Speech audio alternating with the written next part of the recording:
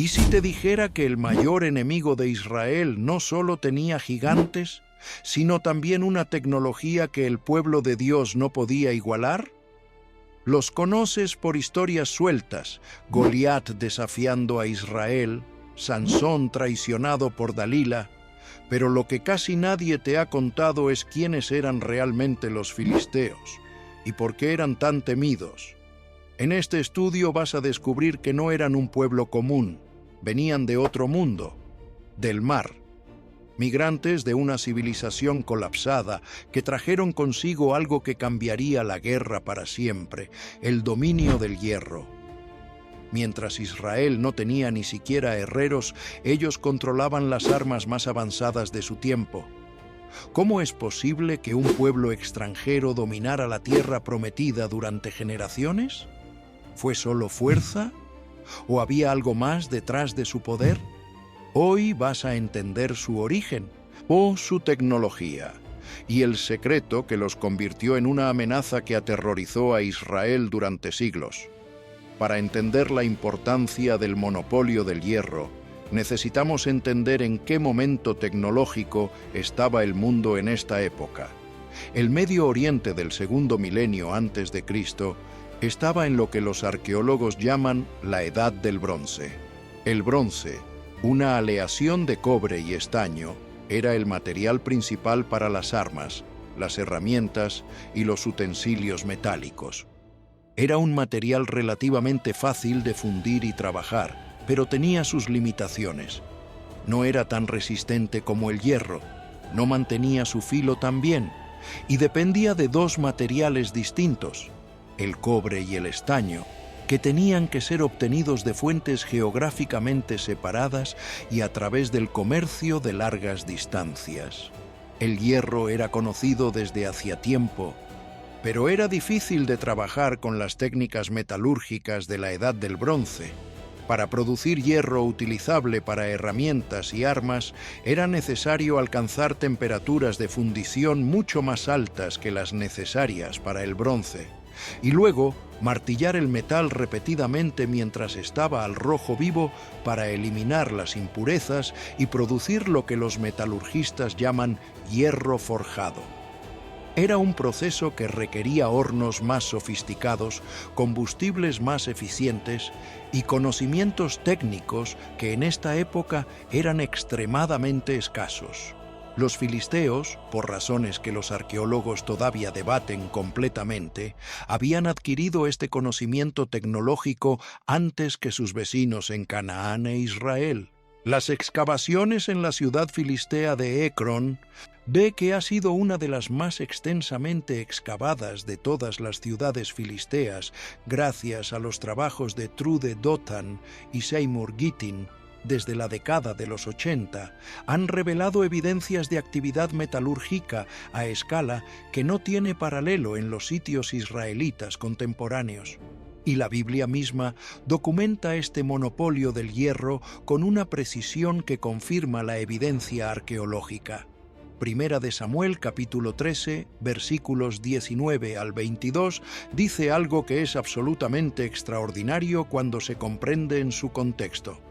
En ese tiempo no se hallaba herrero en toda la tierra de Israel, porque los filisteos habían dicho: para que los hebreos no hagan espada o lanza. Por lo que todos los israelitas tenían que ir a los filisteos para afilar cada uno su reja de arado, su asadón, su hacha o su aguijón de bueyes. El precio era 2/3 de siclo por las rejas del arado y por los azadones, y 1/3 de siclo por afilar las hachas y por enderezar los aguijones de bueyes. Así que en el día de la batalla no había espada ni lanza en mano de ninguno del pueblo que estaba con Saúl y Jonatán. Esto es impactante. Israel no tenía herreros porque los filisteos los habían expulsado o suprimido deliberadamente. Para afilar sus herramientas agrícolas, los israelitas tenían que pagar una tarifa a los herreros filisteos. Y cuando llegó el momento de la batalla, todo el ejército de Saúl, literalmente todo el ejército excepto Saúl y Jonatán mismos, luchaba sin espadas ni lanzas de hierro. Era un ejército de la Edad del Bronce, o incluso peor, enfrentándose a guerreros de la Edad del Hierro. Era como si hoy un ejército con fusiles del siglo XIX enfrentara a uno equipado con armas del siglo XXI. La disparidad era aplastante. Este monopolio tecnológico filisteo no era solo una ventaja militar, era también una herramienta de control económico y social. Al controlar quienes podían afilar sus herramientas y a qué precio, los filisteos controlaban la capacidad productiva agrícola de Israel. La agricultura, que dependía de herramientas de metal afiladas para arar, sembrar y cosechar, estaba en cierta medida bajo el control filisteo. Era un sistema de dominación que no necesitaba ejércitos permanentes en cada aldea israelita, sino que operaba a través del control de la infraestructura tecnológica. La pregunta que naturalmente surge es: ¿cómo es que los filisteos adquirieron este conocimiento tecnológico? Las teorías son varias. Algunos eruditos argumentan que la tecnología del hierro fue desarrollada originalmente por los hititas en Anatolia y que los filisteos, como parte de los pueblos del mar, obtuvieron ese conocimiento al destruir el imperio hitita o al absorber artesanos hititas en su migración. Otros argumentan que la tecnología fue desarrollada independientemente por los filisteos en el contexto de su cultura egea. Y hay quienes sugieren que los filisteos simplemente llegaron en el momento preciso en que la tecnología del hierro estaba siendo desarrollada en el Mediterráneo oriental y tuvieron la capacidad institucional de adoptar y perfeccionar esa tecnología más rápidamente que sus vecinos. Lo que sí es claro es que durante aproximadamente 2 siglos, desde el asentamiento de los filisteos en Canaán alrededor del 1200 a.C.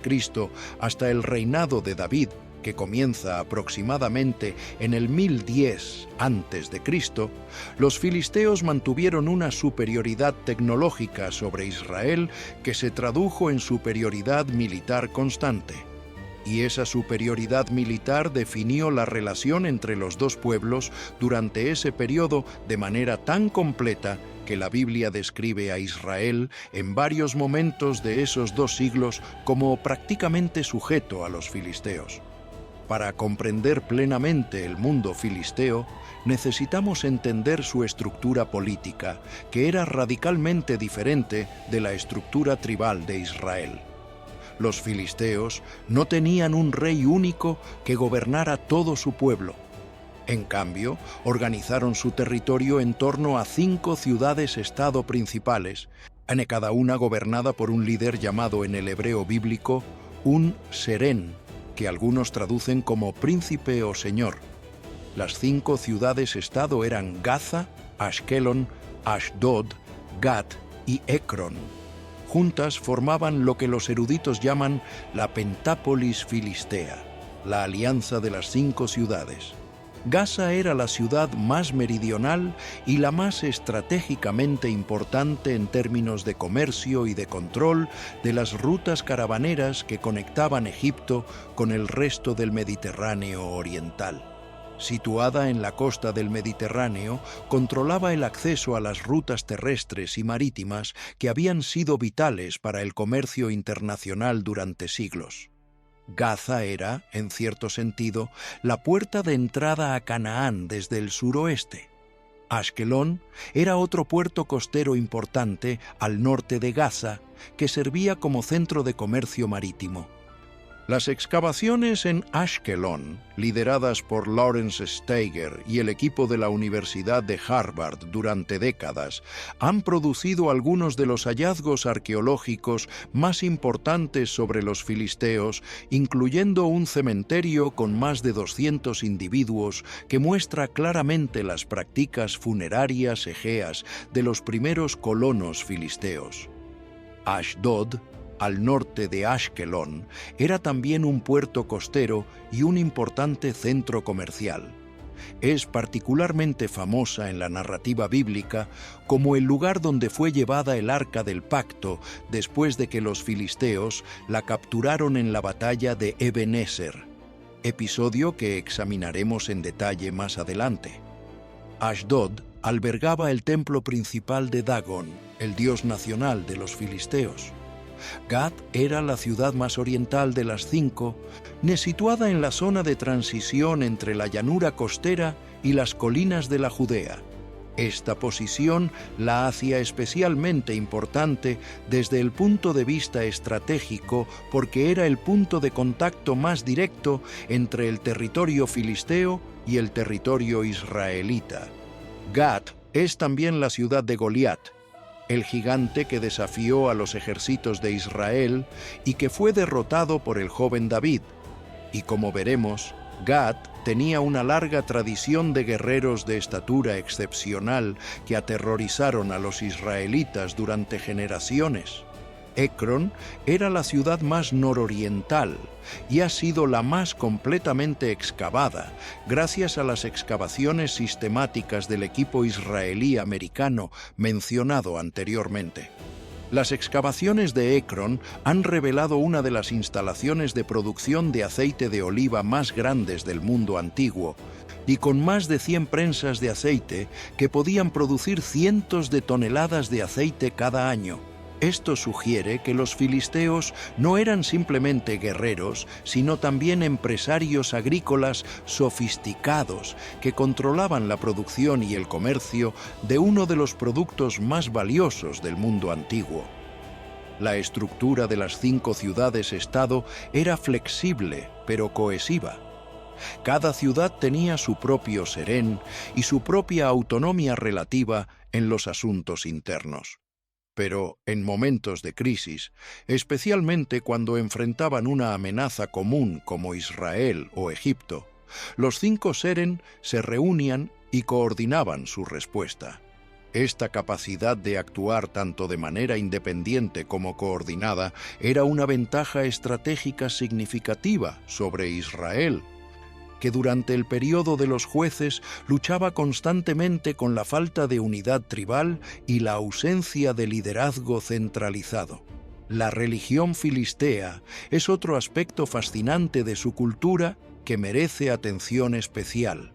El dios principal de los filisteos era Dagón, nombre que aparece repetidamente en la narrativa bíblica. El nombre Dagón ha sido objeto de debate entre los eruditos. Algunos lo han derivado de la raíz hebrea dag, que significa pez, lo que llevó a la tradición de representar a Dagón como un dios mitad hombre, mitad pez, una imagen que se popularizó en la iconografía medieval. Sin embargo, los estudiosos modernos consideran más probable que el nombre se derive de la raíz semita dagan, que significa grano, lo que convertiría a Dagón en un dios de la vegetación y la agricultura, similar a deidades de otras culturas del cercano oriente. Los templos de Dagón en Ashdod y en Gaza son mencionados explícitamente en la Biblia. En Jueces 16, Sansón es llevado al templo de Dagón en Gaza para servir de entretenimiento a sus captores filisteos. Y en 1 de Samuel 5, el arca del pacto es colocada en el templo de Dagón en Ashdod, con consecuencias que el texto describe como catastróficas para la estatua del dios.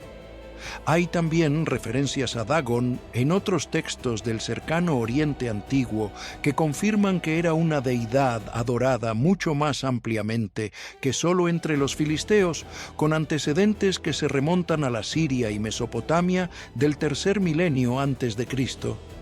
Los filisteos, en su proceso de integración con la cultura cananea local, probablemente adoptaron a Dagón de sus vecinos semitas y lo convirtieron en su deidad nacional.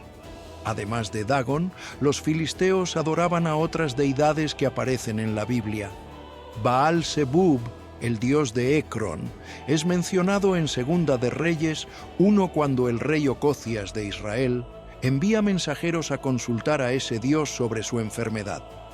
El nombre Baal-Zebub significa literalmente Señor de las Moscas, aunque algunos eruditos argumentan que el nombre original era Baal-Zebul, Señor del palacio o Señor sublime, y que los escritores israelitas lo modificaron deliberadamente para hacer sonar el nombre del dios filisteo como una burla. Astoret, la diosa de la fertilidad, también era adorada entre los filisteos, como lo atestigua 1 de Samuel 31:10, donde se menciona que el armamento de Saúl fue colocado en el templo de Astoret en Bet-Seán después de su muerte. Ahora llegamos a uno de los personajes más dramáticos y más teológicamente significativos de toda la narrativa de la relación entre Israel y los filisteos: Sansón, el juez cuya historia ocupa 4 capítulos completos del libro de Jueces, desde el capítulo 13 hasta el 16, y que representa el primer gran conflicto entre Israel y los filisteos, narrado con detalle extenso en la Biblia. La historia de Sansón comienza, como tantas grandes historias bíblicas, con el anuncio de un nacimiento extraordinario. Manoa y su esposa eran estériles, y un ángel se les aparece para anunciar que tendrán un hijo que será nazareo para Dios desde el vientre y que comenzara a salvar a Israel de los filisteos. El voto nazareo requería que el dedicado no bebiera vino ni otra bebida fermentada, no comiera nada impuro y no se cortara el cabello. El cabello no cortado era el signo visible del voto y, en el caso de Sansón, la fuente física de su fuerza sobrehumana. La historia de Sansón es compleja y no se presta a una lectura simplista. Sansón es al mismo tiempo un héroe llamado por Dios y un hombre profundamente defectuoso cuyas debilidades lo conducen repetidamente a decisiones que comprometen su llamado. Se casa con una mujer filistea contra el consejo de sus padres. Se involucra en violencia que desencadena ciclos de represalia. Y finalmente cae ante Dalila, otra mujer filistea que lo seduce para descubrir el secreto de su fuerza. Lo que hace la historia de Sansón particularmente interesante desde el punto de vista histórico es la imagen que pinta de la relación entre Israel y los filisteos en esta época. El texto de Jueces 13 dice que en ese tiempo los filisteos habían dominado sobre Israel 40 años. No era una guerra activa en el sentido de ejércitos que se enfrentan en batallas campales. Era una ocupación de facto, una situación de dominación donde los filisteos controlaban suficiente territorio y poder como para que Israel no tuviera libertad real. Y notablemente, cuando los propios israelitas de la tribu de Judá van a entregar a Sansón a los filisteos en Jueces 15, que dicen: ¿no sabes tú que los filisteos tienen dominio sobre nosotros? Estaban tan acostumbrados a esa dominación que veían la resistencia de Sansón no como heroísmo, sino como una amenaza a la paz que habían alcanzado con sus opresores. Esto revela algo profundamente perturbador sobre la condición espiritual de Israel en esta época. Se habían adaptado a la esclavitud. Habían llegado a aceptar la dominación filistea como la normalidad, y cualquiera que resistiera esa normalidad era visto como una amenaza. Es una imagen que resuena a través de los siglos.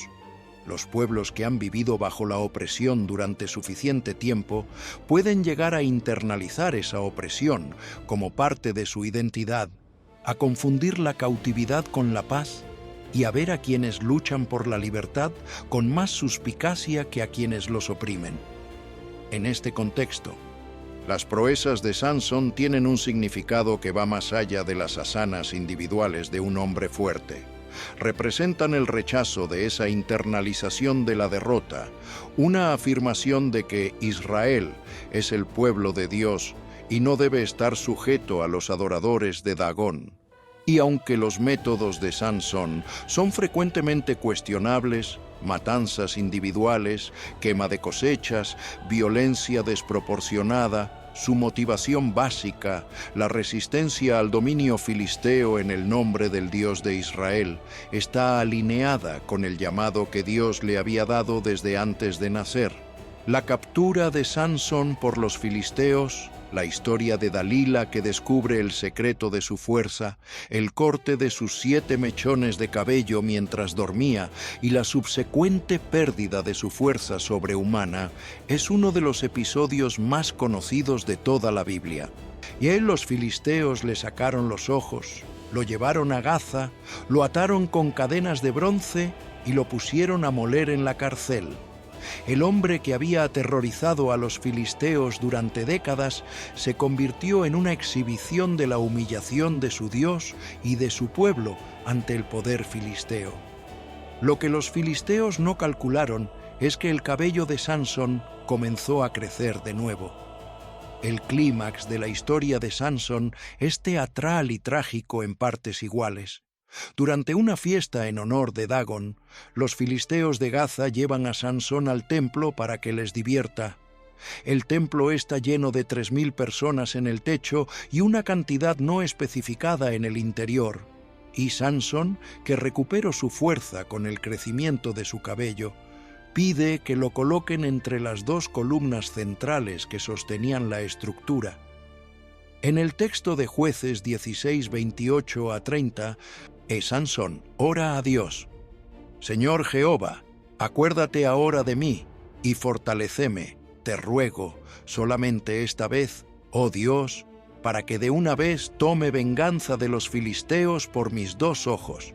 Y luego empuja las columnas con toda su fuerza y el templo colapsa, matando a todos los que estaban dentro, incluyendo al propio Sansón. El texto dice que los que mató en su muerte fueron más que los que había matado en su vida. El colapso del templo de Gaza no fue simplemente una venganza personal, fue un acto de juicio contra Dagón, el dios de los filisteos, realizado en el corazón de su santuario. En el mundo antiguo, la derrota de un pueblo era interpretada como la derrota de sus dioses. Cuando los filisteos capturaron el arca y la pusieron en el templo de Dagón, estaban haciendo exactamente esa afirmación: el Dios de Israel ha sido derrotado por Dagón. Y cuando Sansón derrumbó el templo de Dagón con la fuerza del espíritu del Dios de Israel, la afirmación era la inversa: el Dios de Israel no puede ser derrotado, ni siquiera cuando su pueblo está en cautividad y su siervo ha sido cegado y encadenado. La historia de Sansón es, en última instancia, una historia sobre la gracia de Dios que obra incluso a través de instrumentos profundamente imperfectos. Sansón cometió errores graves. Su vida estuvo marcada por la impulsividad, la lujuria y la venganza personal. Y sin embargo, Dios lo usó. Y en su momento de mayor debilidad, ciego, humillado, encadenado, sin cabello, Sansón encontró la gracia de Dios para cumplir la misión para la que había nacido.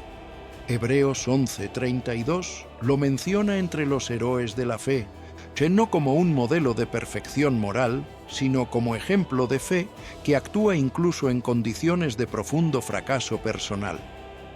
Después de la muerte de Sansón, la presión filistea sobre Israel no disminuyó. Si acaso, la determinación filistea de mantener y expandir su control sobre el territorio se intensificó. Y fue en este contexto, durante el sacerdocio de Eli y la juventud del profeta Samuel, que ocurrió uno de los episodios más dramáticos y más teológicamente ricos de toda la historia filisteo-israelita: la captura del Arca del Pacto. La historia está narrada en Primera de Samuel, capítulos 4, 5 y 6, y es tan rica en implicaciones teológicas que merece un examen detallado. Israel había sufrido una derrota a manos de los filisteos en la batalla de Eben Ezer, con 4.000 hombres muertos. Los ancianos de Israel, buscando una explicación para la derrota, concluyen que deben traer el arca del pacto de Silo al campo de batalla. La razón es reveladora.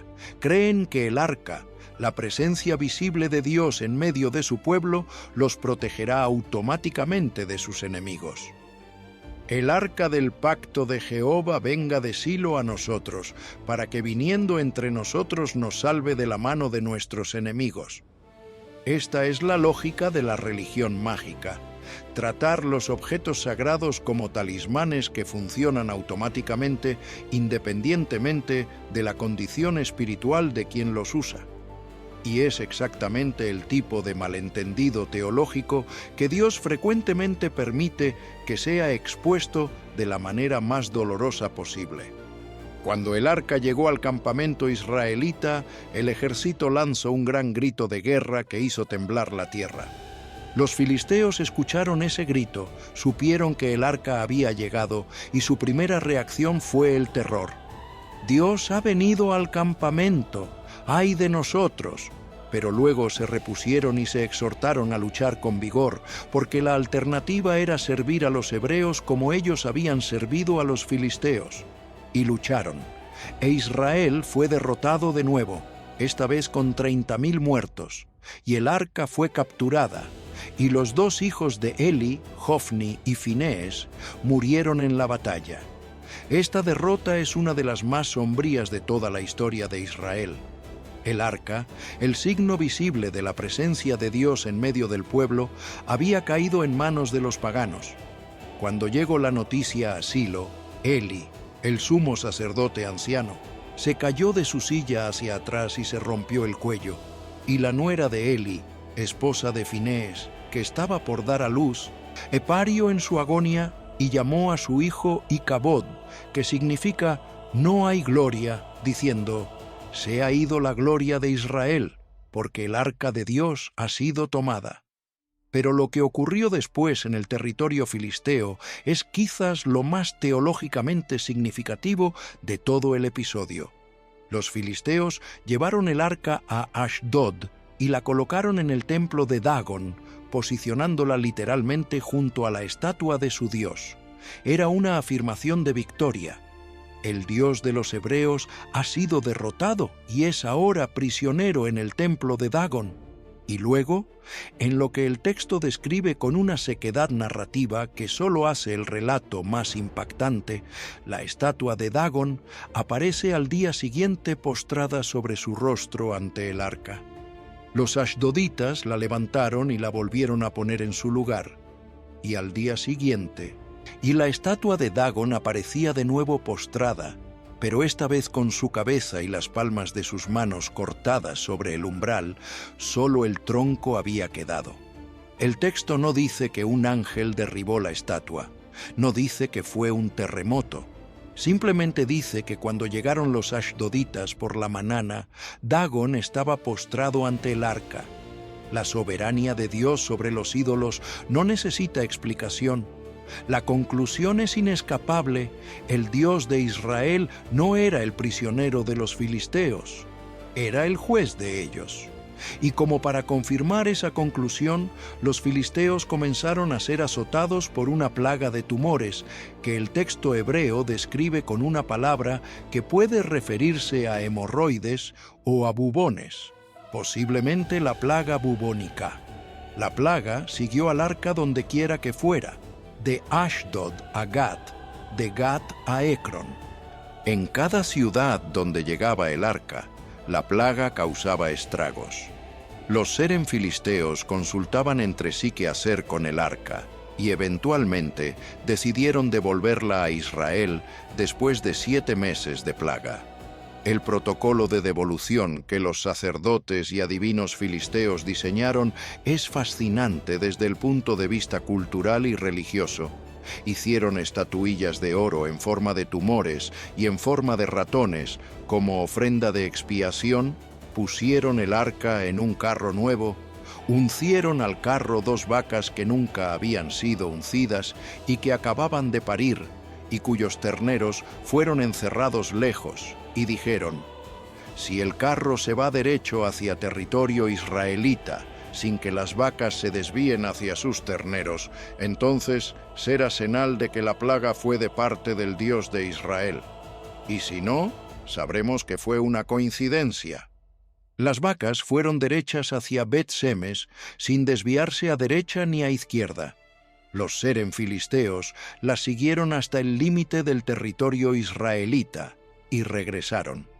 Esta historia tiene implicaciones teológicas que van mucho más allá de la narrativa en sí misma. Demuestra que incluso los enemigos más tenaces de Israel podían reconocer la acción del Dios de Israel cuando era suficientemente irresistible. Los filisteos no se convirtieron, no renunciaron a Dagón, pero reconocieron que el Dios de los hebreos tenía un poder que no podían ignorar ni contener. Y en ese reconocimiento hay una lección que el propio pueblo de Dios frecuentemente necesita recordar.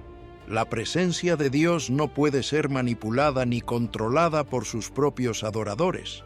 El arca no fue un talismán mágico cuando Israel quiso usarla como tal, pero fue un agente activo del juicio divino cuando estuvo en manos de los filisteos. Dios no actúa según la voluntad de quienes lo invocan para sus propios propósitos.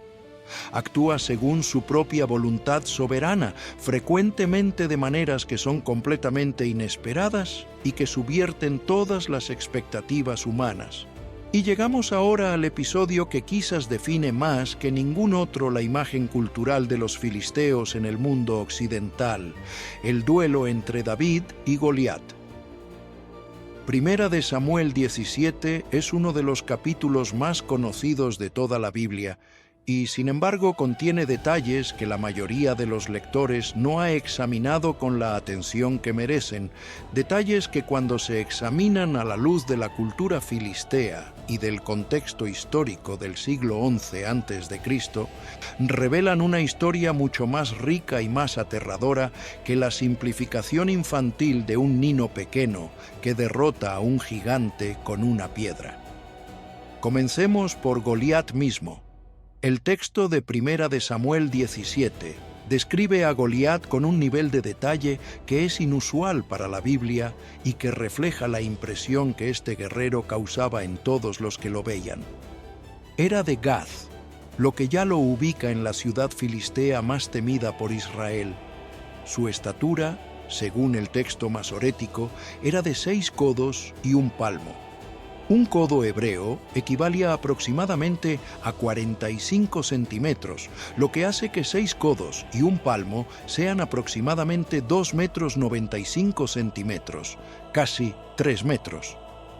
Algunos manuscritos de la Septuaginta y el rollo de Samuel encontrado en Qumrán dan la altura de 4 codos y 1 palmo, y lo que sería aproximadamente 2 metros 10 centímetros. Incluso con la medida menor, Goliat era un hombre de estatura excepcional que habría dominado físicamente a los guerreros promedio de la época. Pero lo más impresionante de Goliat no era su estatura sino su armamento, y aquí es donde el conocimiento del contexto filisteo se vuelve esencial. Su casco era de bronce, su cota de malla era de bronce y pesaba 5.000 siclos, que equivalen aproximadamente a 57 kilogramos, más de 50 kilos de armor solo en la cota de malla. Su protección de piernas era de bronce, su jabalina de bronce, y la punta de su lanza era de hierro, con un peso de 600 siclos, aproximadamente 7 kilos solo la punta. El asta de su lanza era como un rodillo de tejedor. Ahora mira este equipamiento con los ojos de un israelita del siglo XI a.C.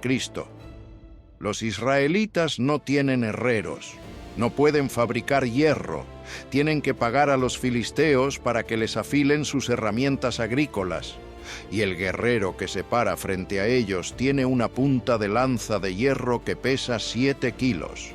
El hierro que Israel no puede tener, el metal que define la superioridad tecnológica filistea, está concentrado en la punta de la lanza del hombre que los desafía. Es una exhibición tecnológica deliberada, una afirmación visual de poder que va mucho más allá de la fuerza física individual. Somos los dueños del hierro y ustedes son impotentes ante nosotros. Y Goliat lo sabe. Por eso el desafío que hace durante 40 días no es simplemente una provocación personal, es una guerra psicológica sistemática. ¿Para qué habéis salido a poner en orden de batalla? ¿No soy yo el filisteo y vosotros los siervos de Saúl? Escoged de entre vosotros un hombre que venga contra mí. Si él pudiere pelear conmigo y me venciere, nosotros seremos vuestros siervos, y si yo pudiere más que él y lo venciere, vosotros seréis nuestros siervos y nos serviréis. La propuesta de combate singular era una práctica conocida en el mundo antiguo, pero el punto no era realmente resolver la batalla con un solo duelo. Era la psicología del terror sistemático, 40 días de aparecer cada mañana, cada tarde, escuchando que ningún israelita tenía el valor de aceptar el desafío. 40 días de demostración pública de la impotencia de Israel y de su Dios. El texto dice que Saúl y todo Israel se turbaron y tuvieron gran miedo. Y cuando David llega al campamento y escucha las palabras de Goliat, la primera pregunta que hace es reveladora.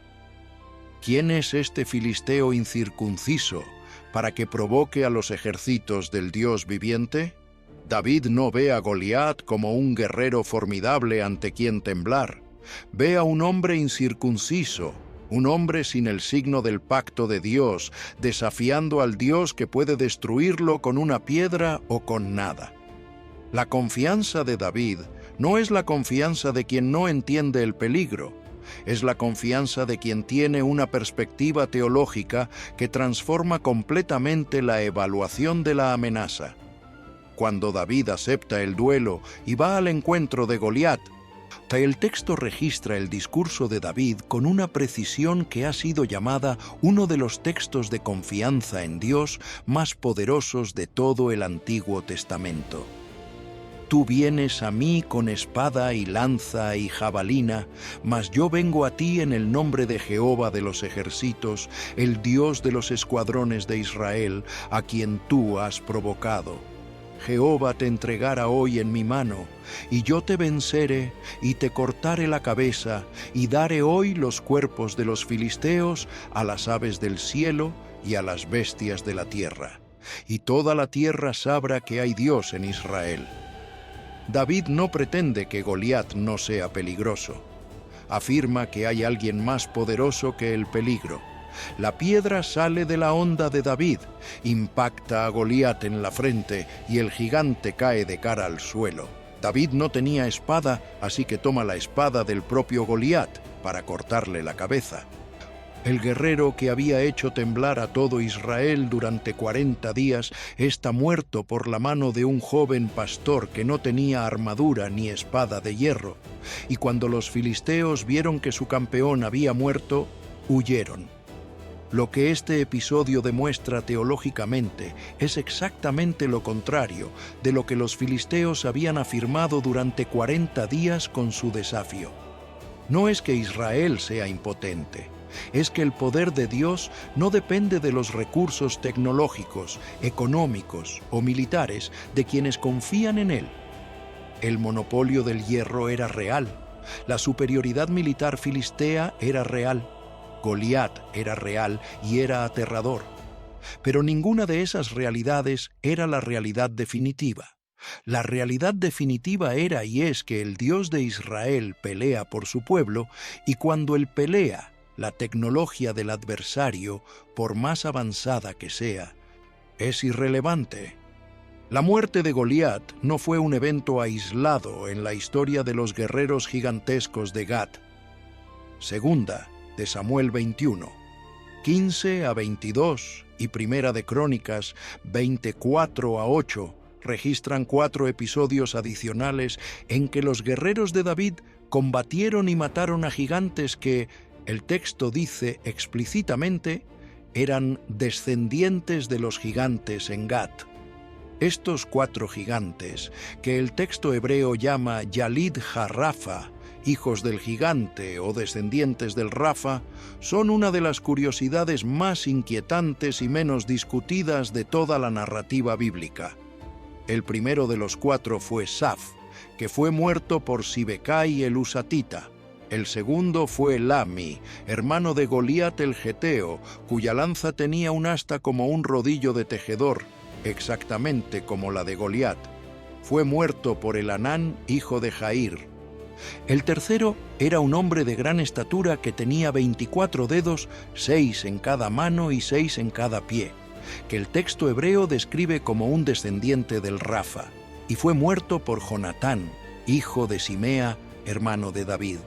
Y el cuarto, probablemente el más famoso después del propio Goliat, era otro gigante de Gat que fue muerto en batalla.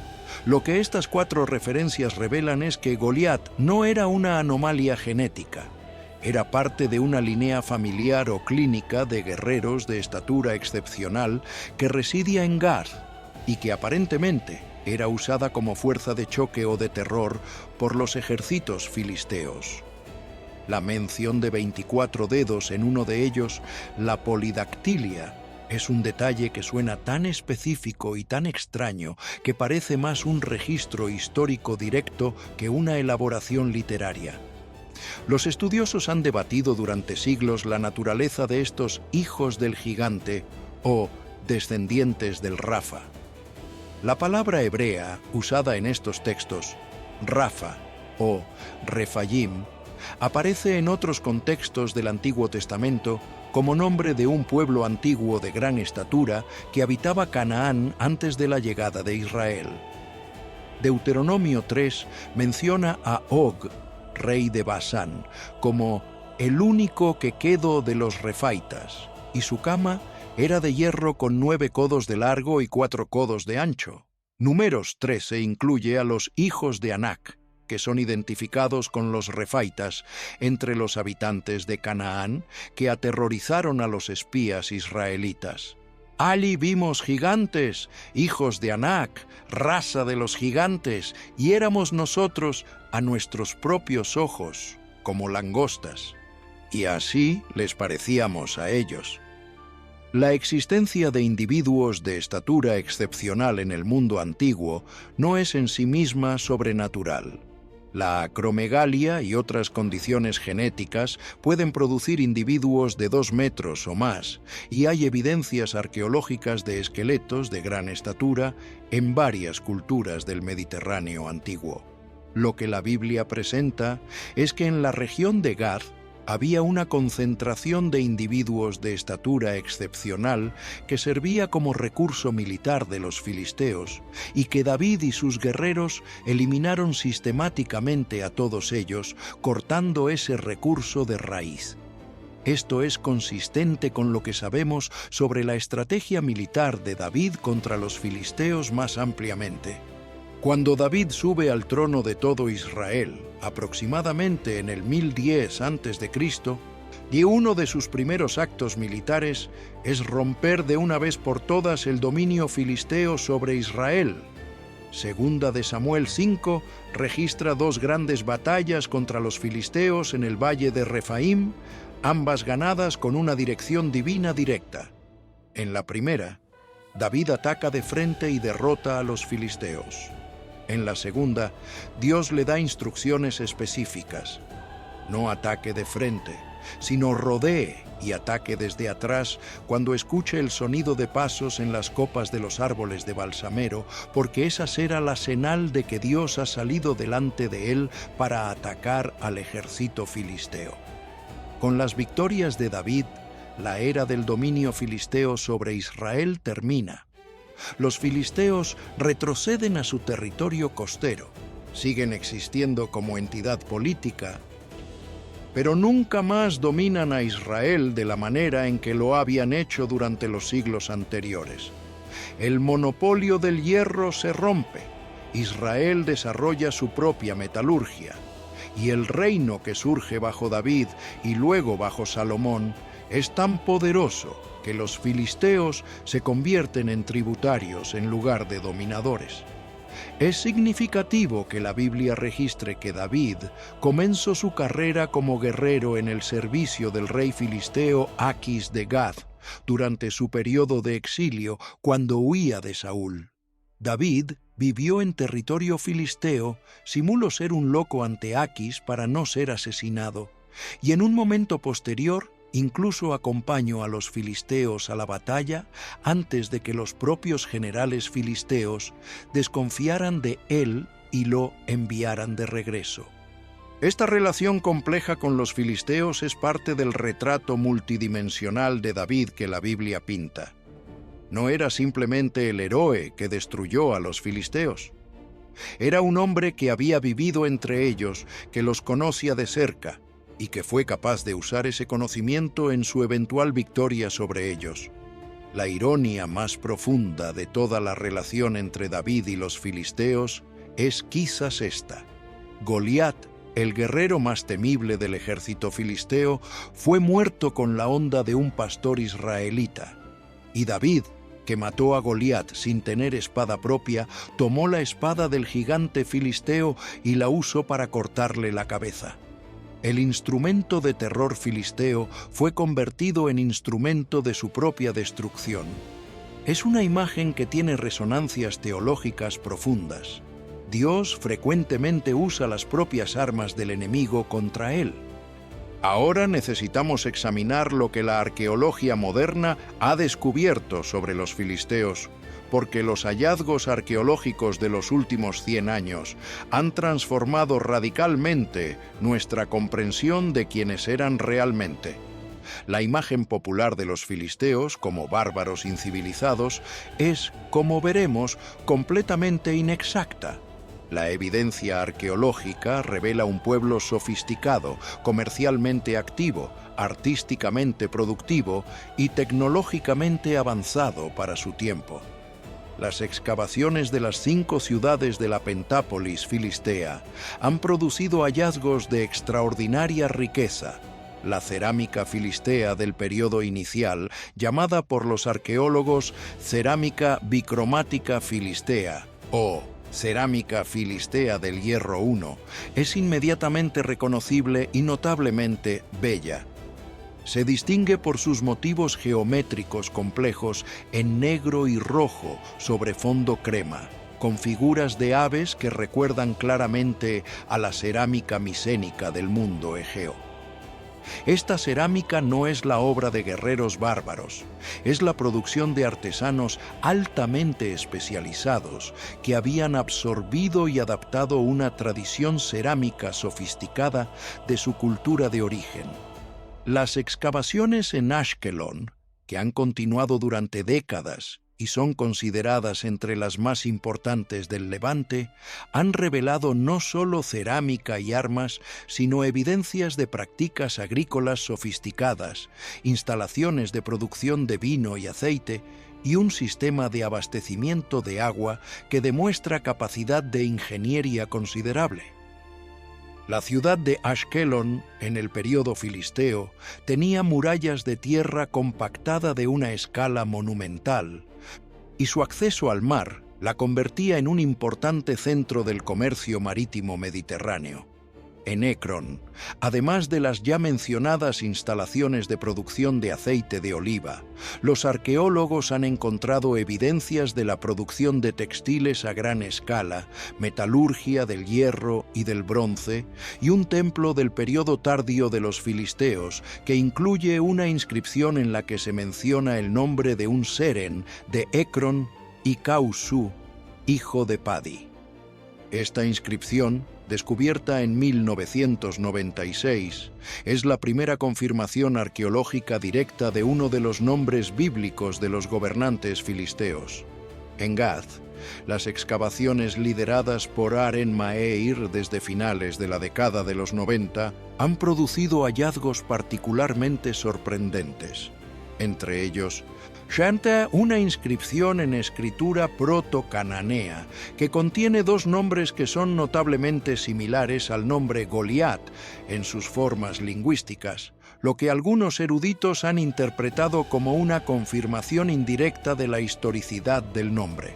Además, las excavaciones de Gat han revelado evidencias de una destrucción violenta de la ciudad alrededor del 830 a.C., que corresponde con el registro bíblico en Segunda de Reyes 12:17 de que Hazael, rey de Siria, atacó Gat. Este hallazgo es uno de los ejemplos más claros de la manera en que la arqueología puede confirmar la historicidad de eventos específicos mencionados en la Biblia. Los estudios de ADN antiguos realizados en décadas recientes han aportado otro nivel de evidencia a la cuestión de los orígenes filisteos. En 2019, de un estudio publicado en la revista Science Advances, examinó el ADN de individuos enterrados en Ashkelon durante los siglos XIII al XI a.C., correspondientes exactamente al periodo de asentamiento filisteo inicial. Los resultados fueron sorprendentes. Los individuos del cementerio filisteo del siglo XI tenían un componente significativo de ADN de origen europeo que no estaba presente en las poblaciones cananeas del mismo periodo. Este componente europeo disminuyó gradualmente en generaciones posteriores, consistente con lo que se esperaría de un grupo inmigrante que se mezcla con la población local a lo largo del tiempo. Este estudio provee la primera evidencia genética directa de que los filisteos tenían orígenes realmente distintos de las poblaciones cananeas, confirmando lo que la Biblia y los registros egipcios habían dicho durante milenios. Hay otro aspecto de la cultura filistea que los arqueólogos han comenzado a documentar con mayor detalle: su sistema de escritura. Los filisteos usaban al menos dos sistemas de escritura distintos. Uno era una forma de la escritura cuneiforme semita, que era común en el cercano Oriente. El otro era un sistema que algunos eruditos identifican con la escritura ciprominoica, un sistema de escritura silábica que se usaba en Chipre y que tiene posibles conexiones con el mundo egeo. La existencia de este sistema de escritura de origen aparentemente egeo es otra evidencia de los orígenes mediterráneos de los filisteos. Los filisteos también tenían, según la evidencia arqueológica, un sistema de música elaborado. En las excavaciones han producido fragmentos de instrumentos musicales de tipo egeo, y hay referencias en la Biblia a la música filistea. La imagen de los filisteos como brutos sin cultura es completamente inconsistente con la evidencia material. Eran un pueblo con una cultura rica, una historia compleja, una religión elaborada y un sistema político y económico sofisticado. La razón por la que son recordados principalmente como villanos en la narrativa bíblica es que fueron los principales antagonistas de Israel durante un periodo crítico de la formación de ese pueblo, y la Biblia los registra desde la perspectiva de ese antagonismo. Esto no significa que la perspectiva bíblica sea incorrecta. Significa que los filisteos, como cualquier pueblo, eran más complejos de lo que la narrativa del enemigo por sí sola captura. Eran opresores de Israel, eran adoradores de Dagón, eran los portadores del monopolio del hierro que mantenía a Israel en posición de debilidad, y también eran un pueblo con arte, música, comercio, familia, tradición y una historia milenaria de migración y adaptación. Comprender esa complejidad no diluye la teología de la narrativa bíblica. La enriquece, porque hace que el juicio de Dios sobre ellos y la victoria de Dios para Israel sean acciones en un mundo real, con personas reales, con una historia real. La pregunta de cómo desaparecieron los filisteos de la historia es tan fascinante como la pregunta de cómo llegaron, porque los filisteos, que dominaron la escena de Canaán durante 2 siglos y fueron los antagonistas principales de Israel durante ese periodo, eventualmente desaparecen completamente del registro histórico. No fueron exterminados de manera violenta y repentina, no se disolvieron en una noche. Fueron gradualmente absorbidos, asimilados, conquistados y eventualmente olvidados como entidad separada a lo largo de varios siglos. El primer gran golpe contra el poder filisteo fue, como ya hemos visto, el reinado de David. Con las victorias de David, los filisteos perdieron su dominio sobre Israel y retrocedieron a su territorio costero. Siguieron existiendo como entidades políticas independientes durante los siglos siguientes, pero ya no eran la potencia regional dominante que habían sido. El Libro de Reyes menciona esporádicamente conflictos con los filisteos durante los reinados de los reyes de Israel y Judá, pero estos conflictos son de mucho menor escala que los de la época de Samsón, Samuel y Saúl. Durante los siglos IX y VIII a.C., los filisteos siguieron existiendo como estados independientes, pero se encontraron en la órbita de las grandes potencias que surgieron en esa época. Primero Asiria, luego Egipto, luego Babilonia. Los registros asirios mencionan a las ciudades filisteas repetidamente como tributarias o como rebeldias que deben ser aplastadas. El rey asirio Sargón II sometió a Ashdod en el 711 a.C., y el texto bíblico en Isaías 20 conecta este evento con una profecía de Isaías.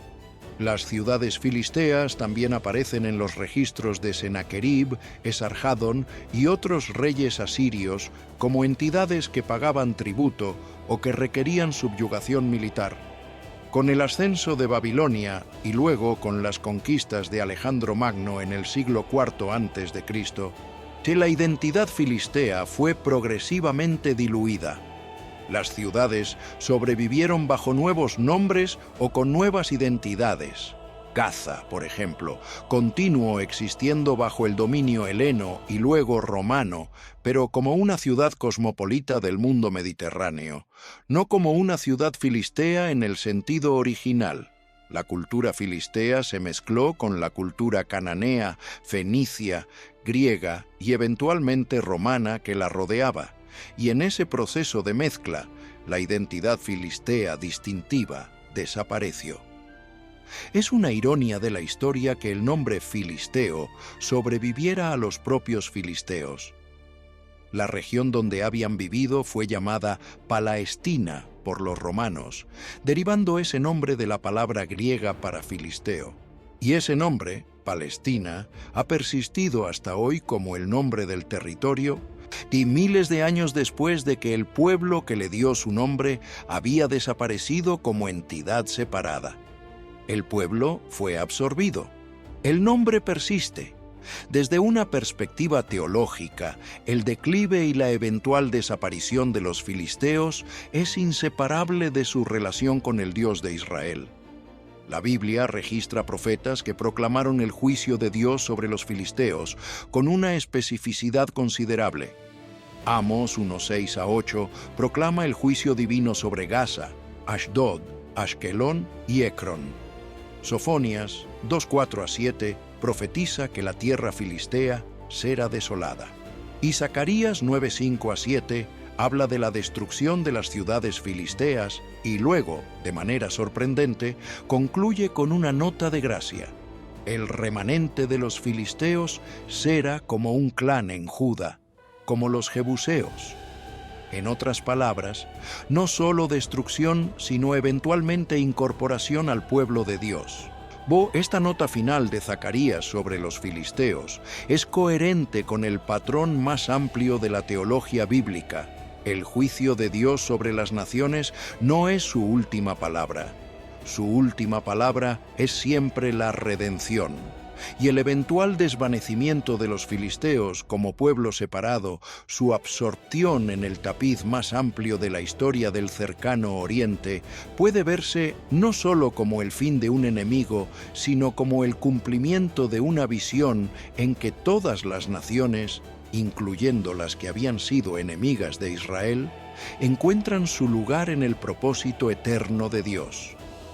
Ahora es necesario abordar la cuestión teológica central que emerge de toda la historia de los filisteos.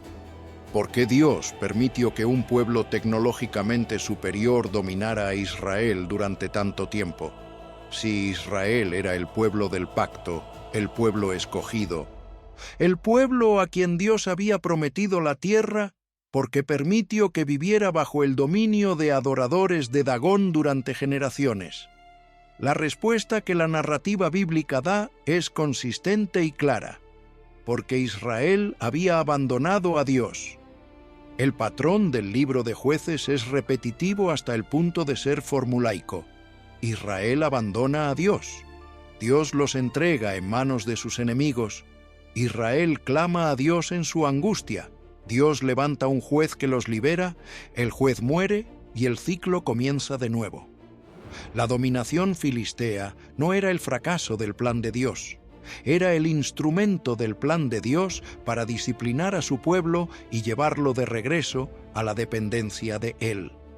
Esta es una de las lecturas teológicas más importantes de la historia de los filisteos. Dios puede usar a los pueblos más improbables como instrumentos de su propósito. El Dios de Israel no está limitado a obrar solo a través de sus propios adoradores. Puede usar a los filisteos con su monopolio del hierro, con sus gigantes de Gath, con su Dagón para disciplinar a Israel. Puede usar a los asirios con toda su brutalidad para juzgar al reino del norte.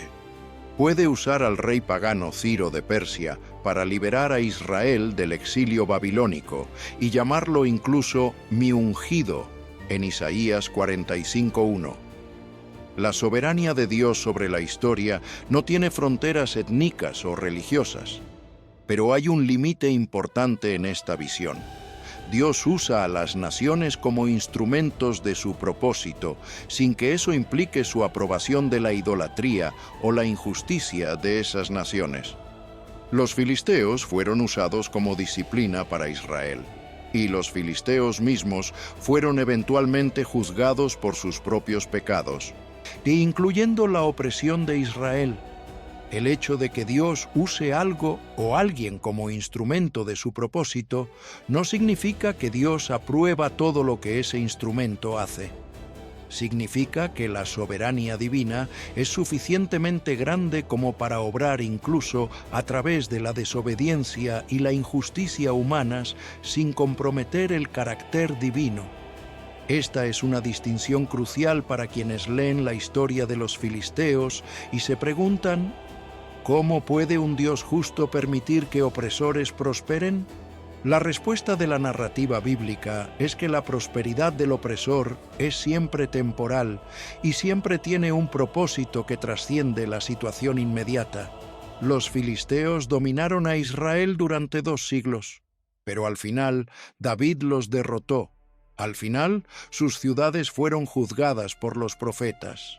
Al final, el pueblo que había dominado a Israel desapareció de la historia, mientras que Israel, el pueblo aparentemente débil y oprimido, sobrevivió y persiste hasta hoy como testigo viviente de la fidelidad de su Dios.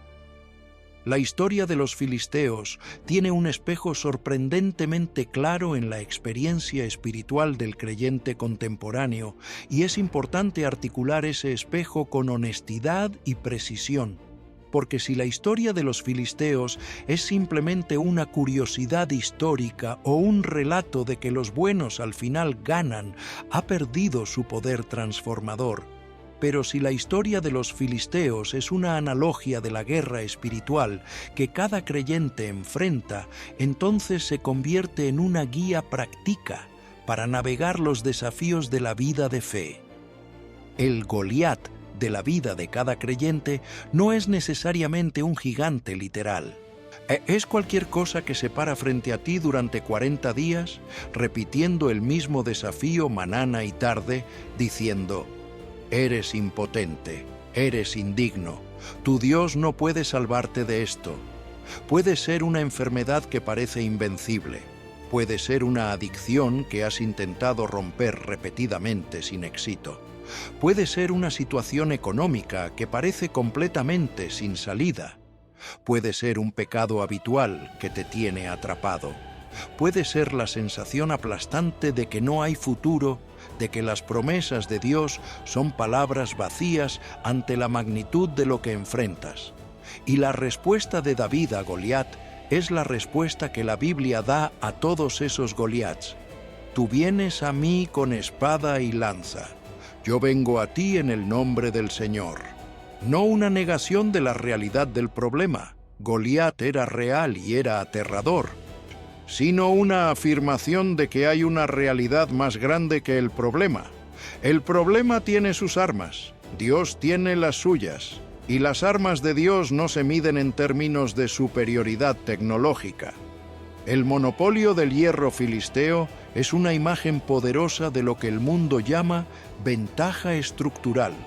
Hay situaciones en que el adversario tiene todos los recursos, toda la tecnología, todo el poder institucional y el creyente parece no tener nada.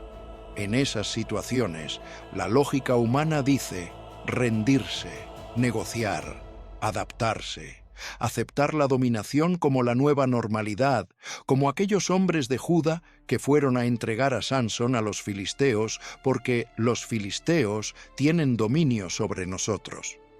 Pero la lógica del Evangelio dice, el que tiene el dominio supremo es el Dios que pelea por su pueblo. Y el resultado de esa batalla no lo determina la superioridad tecnológica del enemigo, sino la fidelidad del Dios que prometió estar con los suyos hasta el fin del mundo. Sin embargo, hay que ser cuidadoso de no simplificar este principio hasta convertirlo en una fórmula mágica. La historia de Israel con los filisteos no dice que Dios siempre salva a su pueblo de la derrota inmediata. La batalla de Eben Ezer, donde Israel fue aplastado, donde el arca fue capturada, donde los hijos de Eli murieron, fue una derrota real. No fue convertida mágicamente en victoria. Fue una derrota que tuvo consecuencias reales y dolorosas. La diferencia es lo que ocurrió después. El arca en el templo de Dagón, la estatua del dios filisteo postrada ante el Dios de Israel, la plaga que siguió al arca dondequiera que fue. La derrota de Israel no fue la derrota de Dios. Y eventualmente, la soberanía de Dios se afirmó de una manera que ningún israelita del momento podría haber imaginado. Esto es profundamente relevante para quien está en un momento de derrota real. No toda batalla se gana en la forma y en el tiempo que esperabas. Hay derrotas reales en la vida del creyente. Hay momentos en que el Goliat gana la batalla inmediata.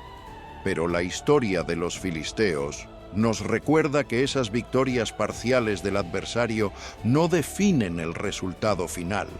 El Dios que usó al aparentemente débil David para derrotar al poderoso Goliat, el mismo Dios que usó la muerte de Jesús, la mayor derrota aparente de la historia, para producir la mayor victoria de la historia, ese Dios es el mismo ayer, hoy y por los siglos. Hay también una lección en la historia de Sansón que tiene que ver con el uso que hacemos de los dones que Dios nos da. Sansón tenía un don extraordinario, una fuerza sobrehumana que era el resultado de su consagración a Dios. Pero Sansón trató ese don con negligencia. Lo usó para sus propios propósitos, lo puso en riesgo repetidamente por sus decisiones y eventualmente lo perdió. La historia de Sansón no es principalmente una historia de fracaso moral. Es una historia de lo que ocurre cuando los dones de Dios son separados de la consagración a Dios que los produce y los sostiene. Cada creyente tiene dones, talentos, habilidades, oportunidades, recursos que Dios ha dado, y la tentación es usarlos para los propios propósitos, fuera de la consagración que es su fuente. Y cuando los dones son separados de esa consagración, cuando el cabello es cortado, por decirlo metafóricamente, los dones se debilitan, no porque Dios los quite arbitrariamente, sino porque la fuente de los dones es la relación con Dios, y cuando esa relación se compromete, los dones que fluyen de ella se comprometen también. Pero la historia de Sansón tiene un final que es también importante. Cuando sus enemigos lo tenían completamente inmovilizado, ciego, encadenado, humillado, y el clamo a Dios con un corazón genuinamente arrepentido, Dios restauró su fuerza. No fue para siempre, no fue sin consecuencias. Sansón murió en ese último acto de fe, pero fue real. La gracia de Dios alcanzó incluso a Sansón en su peor momento, y esa gracia está disponible para todo aquel que, en su momento de mayor debilidad, clama al Dios que nunca abandona completamente a los suyos. El apóstol Pablo, en Efesios 6:12, dice algo que ilumina perfectamente la dimensión espiritual de la historia de los filisteos. Porque no tenemos lucha contra sangre y carne, sino contra principados, contra potestades, contra los gobernadores de las tinieblas de este siglo, contra huestes espirituales de maldad en las regiones celestiales. Los filisteos eran enemigos de carne y hueso, con hierro real y guerreros reales. Pero detrás del poder filisteo había una realidad espiritual. Dagón y las potencias de las tinieblas que ese dios representaba enfrentadas al Dios de Israel. Y cuando el arca del pacto fue llevada al templo de Dagón, lo que la narrativa de Primera de Samuel describe no es solo un evento político-militar. Es un enfrentamiento espiritual entre dos pretendientes a la soberanía sobre Canaán y sobre el mundo. El Dios de Israel, representado por el arca, versus Dagón, el dios de los filisteos. Y el resultado, la estatua de Dagón postrada, su cabeza y manos cortadas en el umbral del templo, fue una respuesta divina inequívoca. No hay otro dios además de mí. Ningún dios hecho de madera o piedra puede resistir la presencia del Dios viviente. La guerra espiritual no se parece en nada a lo que las películas de Hollywood la representan.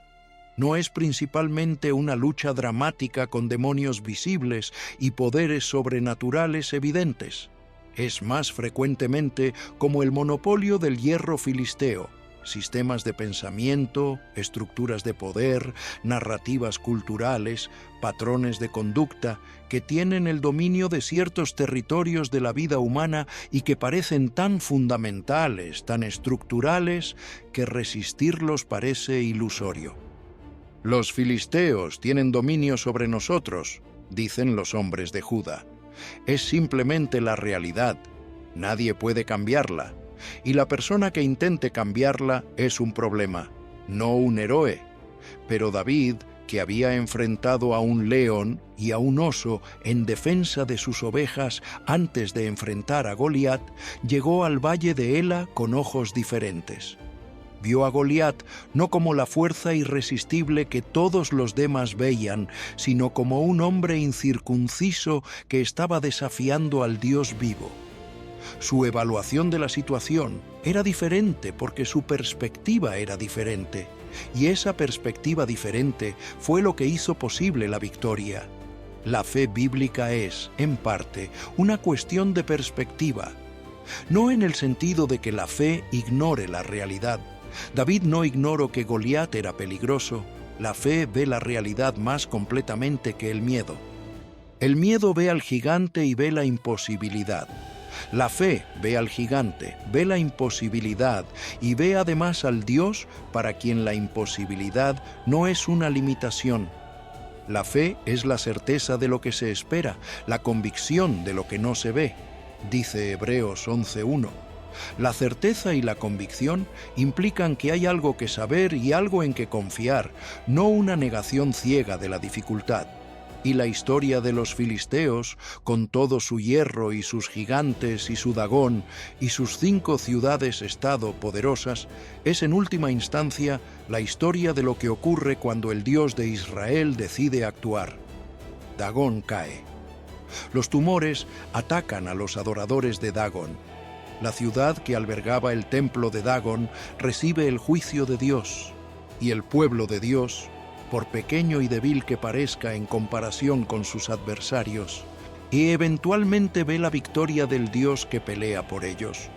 Para el creyente de hoy, que enfrenta sus propios filisteos, sus propias estructuras de dominio que parecen demasiado grandes para ser enfrentadas, y sus propios Goliats, que desafían día tras día la suficiencia de su Dios, la historia de los filisteos ofrece 3 palabras de aliento que vale la pena memorizar. La primera es: el dominio del enemigo sobre tu vida es temporal. Los filisteos dominaron a Israel durante 2 siglos. Parecía permanente. No lo era. Cualquier poder que tenga dominio sobre tu vida, cualquier hábito, cualquier temor, cualquier sistema de opresión, es temporal. Tiene un plazo de vencimiento que Dios conoce aunque tú no lo veas todavía. La segunda es: Dios no necesita que seas el mejor equipado. David fue al campo de batalla sin armadura y sin espada. El Espíritu de Dios en David era más que suficiente para derrotar a un gigante armado hasta los dientes. Lo que Dios usa no es siempre lo que el mundo considera adecuado para el trabajo. Él usa la piedra ordinaria de un pastor para derribar al campeón del ejército enemigo. Él usa un banquero de impuestos para escribir un evangelio. Él usa a pescadores analfabetos para fundar la iglesia más duradera de la historia humana. Y la tercera es: el nombre del Señor es suficiente. David no dijo: vengo a ti con mi habilidad de honda. Dijo: vengo a ti en el nombre del Señor de los ejércitos. El resultado de la batalla no lo determina el equipamiento del que viene, sino el nombre en cuya autoridad viene. Y el nombre de Jesús, el Señor de los ejércitos, tiene la misma autoridad hoy que tenía en el valle de Ela, el día que David derrotó a Goliat. Las potencias de las tinieblas, los principados y potestades de que habla Pablo, no tienen respuesta al nombre que es sobre todo nombre, ante el cual toda rodilla se doblara, en el cielo, en la tierra y debajo de la tierra. Necesitamos ahora hablar de algo que la historia de los filisteos revela sobre la relación entre la idolatría y el poder, porque es un tema que trasciende el contexto del Medio Oriente del segundo milenio antes de Cristo y tiene una relevancia directa para el mundo de hoy. El dios nacional de los filisteos, Dagón, era el fundamento ideológico de su poder. Su poder militar, su monopolio del hierro, su estructura política de las 5 ciudades-estado. Todo esto se desarrollaba bajo el paraguas de la adoración a Dagón. Cuando Dagón era glorificado en sus templos, el poder filisteo era afirmado y consolidado. Cuando el arca del pacto fue colocada en el templo de Dagón, fue un acto político-religioso que afirmaba que el Dios de Israel había sido derrotado por el Dios de los filisteos. Y la respuesta de Dios, la estatua de Dagón postrada, fue también un acto político-religioso. Ningún dios humano puede sustituir al Dios viviente como fuente de poder real. Los imperios y los sistemas de poder que construyen su autoridad sobre la idolatría, sea la idolatría de un dios de madera, la idolatría del Estado, la idolatría del mercado, la idolatría de la tecnología, eventualmente se encuentran con la misma realidad que los filisteos encontraron cuando pusieron el arca en el templo de Dagón.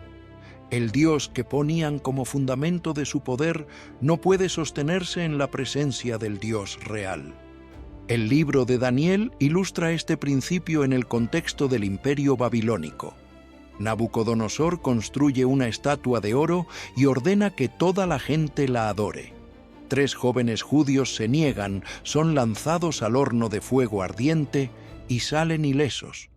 El propio Nabucodonosor, al ver el resultado, dice algo notable: «No hay Dios que pueda librar como este». El poder imperial, con toda su magnificencia y su capacidad de terror, tuvo que reconocer la superioridad del Dios de Israel, exactamente como los filisteos tuvieron que reconocerla cuando su ciudad fue azotada por la plaga y la estatua de su Dios fue derribada. La idolatría no es simplemente la veneración de estatuas, es cualquier sistema en que se deposita una confianza última que solo le corresponde a Dios. Los filisteos confiaban últimamente en Dagón y en su monopolio del hierro. Israel, en el episodio del arca de Ebenezer, había confiado últimamente en la presencia física del arca en lugar de en el Dios que el arca representaba. Dios juzgó tanto la idolatría de los filisteos como la superstición religiosa de Israel con la misma derrota en el mismo día. Esto es relevante para cualquier comunidad religiosa, incluyendo la cristiana. Es posible usar las formas externas de la religión, los rituales, los símbolos, las estructuras institucionales, como sustitutos de la relación real con Dios. Israel, en la batalla de Ebenezer, pensaba que si tenía el arca en el campo de batalla, estaría automáticamente protegido. La idolatría de los filisteos y la superstición religiosa de Israel fueron juzgadas en el mismo evento. Dios no se deja reducir a un talismán, ni siquiera cuando ese talismán es el arca del pacto, es el objeto más sagrado que existía en Israel. Para el creyente de hoy, esto es un llamado a examinarse. ¿En qué baso realmente mi confianza? ¿En la relación viva con el Dios que es, o en los símbolos, rituales y estructuras que representan esa relación? La diferencia entre los dos no siempre es evidente desde afuera. Puede parecer piedad cuando en realidad es superstición. Puede parecer fe cuando en realidad es dependencia de los medios en lugar del Dios que usa esos medios. Quiero también reflexionar sobre el episodio de la muerte de Saúl a manos de los filisteos, que está registrado en 1 Samuel 31. Saúl había comenzado su reinado con una victoria sobre los filisteos en Micmas, donde su hijo Jonatán tomó la iniciativa de atacar una guarnición filistea, y Dios intervino con una confusión sobrenatural que produjo una derrota filistea. Pero con el tiempo, Saúl había fallado repetidamente en su obediencia a Dios. Había perdido el favor divino y había buscado orientación en una adivina en Endor en lugar de en Dios. Y en la batalla del monte Gilboa, los filisteos matan a 3 hijos de Saúl, incluyendo al valiente Jonatán, y el propio Saúl, gravemente herido, se mata para no ser capturado y ultrajado por los filisteos. La muerte de Saúl y sus hijos a manos de los filisteos es trágica en múltiples niveles. Es la caída de un rey que había comenzado con tanto potencial. Es el fin de una dinastía antes de que realmente comenzara. Es la muerte de Jonatán, el amigo leal de David, de que había sido uno de los personajes más nobles de toda la narrativa de Samuel. Y es la victoria momentánea de los filisteos, que exponen los cuerpos de Saúl y sus hijos en las murallas de Bet-Seán como exhibición de su triunfo. Pero incluso en esta tragedia hay un acto de gracia notable. Los hombres de Jabes de Galaad, que Saúl había rescatado al principio de su reinado, caminaron toda la noche para recuperar los cuerpos de Saúl y sus hijos de las murallas de Bet-Seán. Los cremaron y enterraron sus huesos con honor. La lealtad humana persiste incluso en la derrota. Y David, cuando escucho de la muerte de Saúl y Jonatán, no celebro la caída de su enemigo y la apertura de su propio camino al trono. Lloro, ayuno, y compuso un lamento para Saúl y Jonatán que está registrado en 2 de Samuel 1. A uno de los poemas más hermosos y más nobles de todo el Antiguo Testamento, como han caído los valientes en medio de la batalla.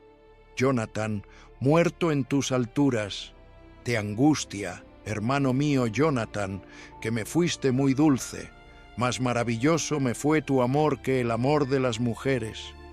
La nobleza de David ante la muerte de sus enemigos, incluyendo a Saúl, que lo había perseguido durante años, es uno de los muchos aspectos de su carácter que lo hacen un tipo de Cristo. El que ama incluso a sus enemigos, el que llora sobre Jerusalén que lo rechazara, el que desde la cruz pide perdón para quienes lo están crucificando. En este punto del estudio es importante detenerse a examinar la figura del profeta Samuel en relación con los filisteos, porque Samuel representa una transición crucial en la historia de Israel que, sin entenderse bien, se hace que muchos episodios de la narrativa filistea sean incomprensibles.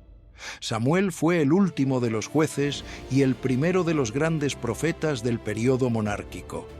Su vida abarcó el fin de la era de los jueces y el comienzo de la monarquía, y fue él en la práctica quien ungió tanto a Saúl como a David como reyes de Israel. Su relación con los filisteos es compleja. Bajo su liderazgo, Israel obtuvo una de sus victorias más significativas sobre los filisteos en Eben-Eser, la misma Eben-Eser donde años antes el arca había sido capturada. En 1 de Samuel 7, cuando los filisteos se reúnen para atacar a Israel, mientras Samuel estaba ofreciendo holocausto en Mizpa, Jehová tronó con gran estruendo aquel día sobre los filisteos y los aterrorizó, y fueron vencidos delante de Israel. Y Samuel tomó una piedra y la puso entre Mizpa y Sen, llamándola Eben-Eser. Hasta aquí nos ayudó Jehová. Esta victoria no fue el resultado de la superioridad militar israelita. Fue el resultado de la oración de Samuel, del arrepentimiento de Israel y de la intervención directa de Dios. Es uno de los ejemplos más claros de la Biblia de que la guerra espiritual se gana en los altares antes de que se gane en los campos de batalla. Lo que Samuel estaba haciendo en Mizpa, ofrecer holocausto y clamar a Dios por Israel, era más decisivo para el resultado de la batalla que cualquier estrategia militar. Este principio tiene implicaciones prácticas directas para la vida del creyente que enfrenta sus propios filisteos. La batalla no se gana primariamente en el ámbito de las estrategias y los recursos humanos. Se gana en el ámbito de la oración y la relación con Dios. No porque la oración sea un instrumento mágico que produce victorias automáticamente, sino porque la oración nos alinea con la voluntad y el poder del Dios que realmente gana las batallas. La historia de Samuel en Eben-Eser dice que cuando el pueblo de Dios se vuelve a él con corazón sincero y el profeta intercede con poder, Jehová tronó con gran estruendo sobre los filisteos. Dios intervino de una manera que ningún ejército israelita podría haber producido. Pasemos ahora a explorar un aspecto de la historia filistea que tiene una resonancia particular con las preguntas que el creyente moderno a menudo se hace sobre la aparente ausencia de Dios en momentos de crisis. La historia de Jonatán y su escudero en 1 de Samuel 14. Este episodio ocurre antes de la batalla principal del capítulo 14 y antes del encuentro de David con Goliat, y representa quizás el acto de fe más puro y más solitario de toda la narrativa filistea. Israel estaba en una situación desesperada. El ejército de Saúl había reducido a unos 600 hombres mal armados, sin espadas ni lanzas, acampando bajo un granado en Migrón. Los filisteos tenían una guarnición en Micmas que controlaba el paso estratégico hacia las montañas. La situación parecía completamente sin salida. Y en ese contexto, Jonatán, el hijo de Saúl, le dice a su escudero: «Ven y pasemos a la guarnición de estos incircuncisos. Quizás haga algo Jehová por nosotros, pues no es difícil para Jehová salvar con muchos o con pocos». Quizás haga algo Jehová. No la certeza arrogante de que Dios está obligado a actuar, sino la fe que se lanza hacia adelante con la convicción de que el Dios que puede salvar con muchos puede también salvar con pocos. Y Jonatán y su escudero atacan solos una guarnición filistea. La señal que Jonatán propone para confirmar que Dios está con ellos es deliberadamente humilde. Si los filisteos dicen «esperad», es señal de que deben quedarse donde están. Si dicen «subid», es señal de que Dios los ha entregado en sus manos. Los filisteos dicen «subid», y Jonatán y su escudero matan 20 hombres en el primer ataque. Y Dios envía un temblor de tierra que produce pánico en el campamento filisteo, y el ejército de Saúl puede atacar a un enemigo que ya está en desbandada. Lo que Jonatán hizo ese día tiene dos características que lo definen como un acto de fe genuino. La primera es que actúo sin certeza absoluta. Quizás haga algo Jehová. No tenía una garantía divina de victoria antes de dar el primer paso. Tenía una convicción basada en el carácter de Dios y en la fe que era consistente con ese carácter. La segunda es que el éxito no dependía de su propia capacidad, sino de la intervención de Dios. Él mató a 20 hombres. Pero fueron la tierra que tembló y el pánico que cayó sobre el campamento filisteo los que transformaron un pequeño acto de valentía en una victoria completa. Esta es la estructura de la fe activa. Actuar basado en la convicción del carácter de Dios, incluso en ausencia de certeza absoluta, y confiar en que Dios completará lo que el ser humano no puede completar por sus propios medios. Quizás haga algo Jehová es suficiente para comenzar a moverse, y con frecuencia, cuando el creyente comienza a moverse en fe, descubre que Dios ya había comenzado a moverse de su parte, en formas que él no podía ver desde donde estaba parado. Hay un episodio en la historia de los filisteos que merece atención especial porque involucra a uno de los profetas más importantes del Antiguo Testamento y revela algo fascinante sobre cómo los filisteos eran vistos en el contexto de la teología profética. El pasaje de Amos 1, 6 a 8, que ya mencionamos brevemente, y su contexto más amplio en la teología de los profetas del siglo VIII a.C. Amos fue un profeta del reino sur de Judá que ejerció su ministerio en el reino norte de Israel durante el reinado de Jeroboam II, aproximadamente entre el 760 y el 750 a.C.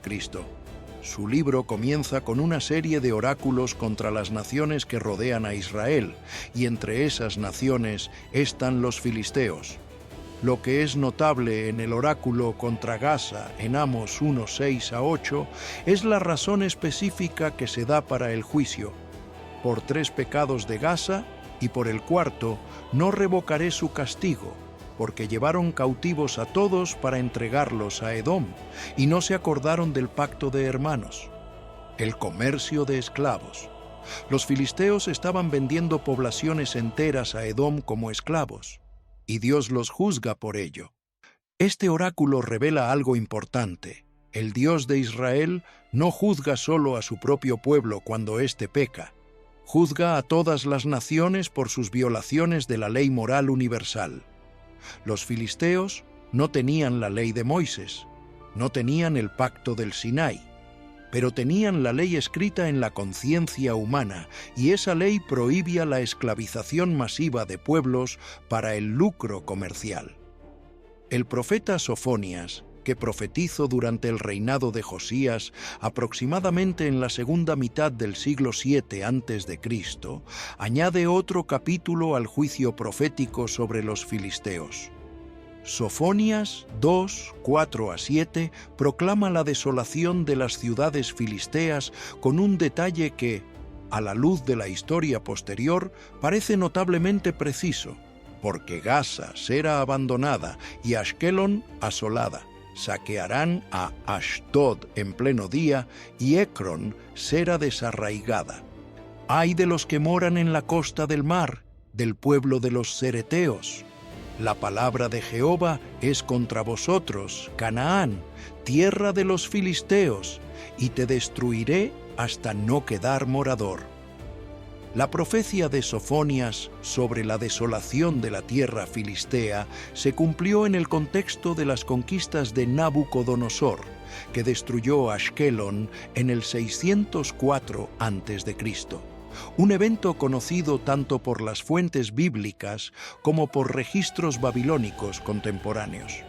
El profeta Jeremías también profetiza contra los filisteos en el capítulo 47, usando la imagen de un torrente de agua que desborda del norte, que es una referencia a la invasión de Nabucodonosor.